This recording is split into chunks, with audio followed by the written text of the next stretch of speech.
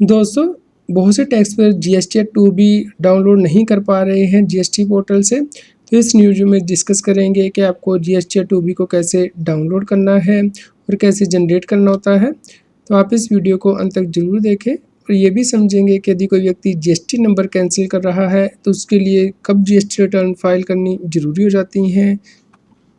CA Satbir Singh YouTube channel पे आपका स्वागत है। रेगुलर अपडेट के लिए आप हमारे चैनल को सब्सक्राइब कर लें। जैसे कि आप यहाँ पे देख पा रहे हैं, हमने यहाँ पे फाइनेंशियल ईयर 25-26 चूज़ किया है।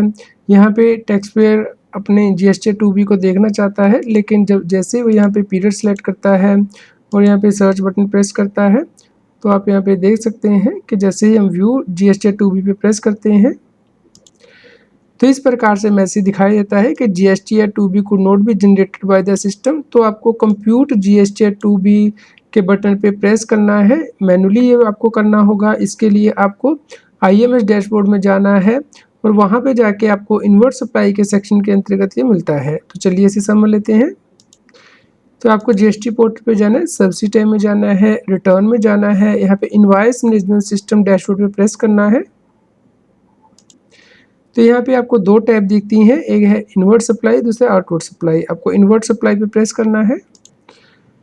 तो इस प्रकार से आपके सामने स्क्रीन ओपन हो जाएगी। यहाँ पे देखिए कंप्यूट जीएसटी 2B अप्रैल 25, इस बटन पे आपको जाके प्रेस करना है। तो इस प्रकार से आपको मैसेज दिखाई देगा कि अगर आप किसी कोड पे कोई एक्शन नहीं लेते हैं तो ये मान लिया जाएगा कि वो आपने एक्सेप्ट कर लिया है, यानी कि जो भी इनपुट टैक्स क्रेडिट यहाँ पे आ रहा होगा वो डीम टू बी एक्सेप्टेड माना जाएगा।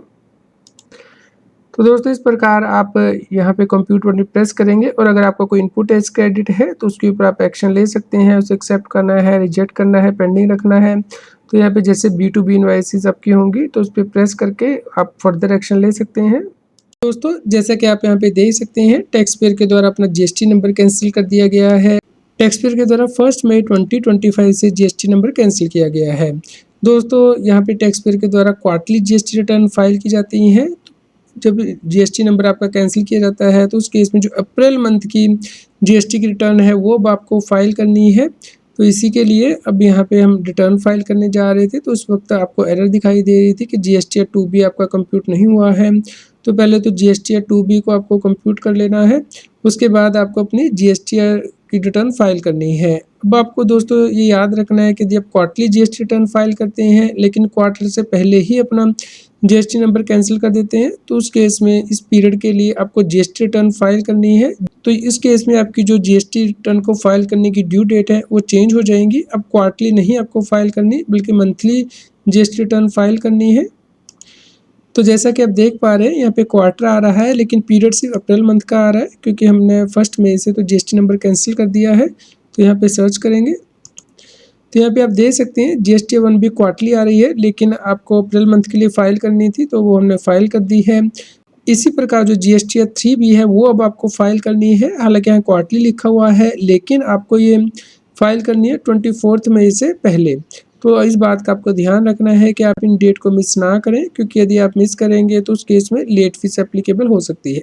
दोस्तों यहाँ पे आपको ध्यान रखना है कि यदि आप जीएसटी नंबर कैंसिल कर देते हैं तो उसके बाद ये जो रिटर्न है वो तो आपको फाइल करनी ही है।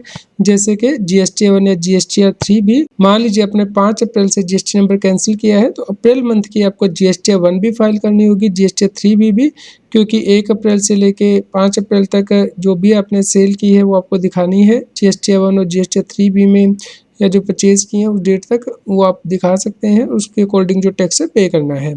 और उसके बाद दोस्तों जब आपका जीएसटी कैंसिलेशन अप्रूव हो जाता है तो उसके बाद आपको फाइनल रिटर्न भी फाइल करनी है। इसके लिए आपको सब्सिडी में जाना है, रिटर्न में जाना है और यहाँ पे फाइनल रिटर्न पे प्रेस करना है। ये फाइनल रिटर्न आपको 3 महीने के अंदर फाइल करनी होती है जैसे ही आपको कैंसिलेशन ऑर्डर मिल जाता है।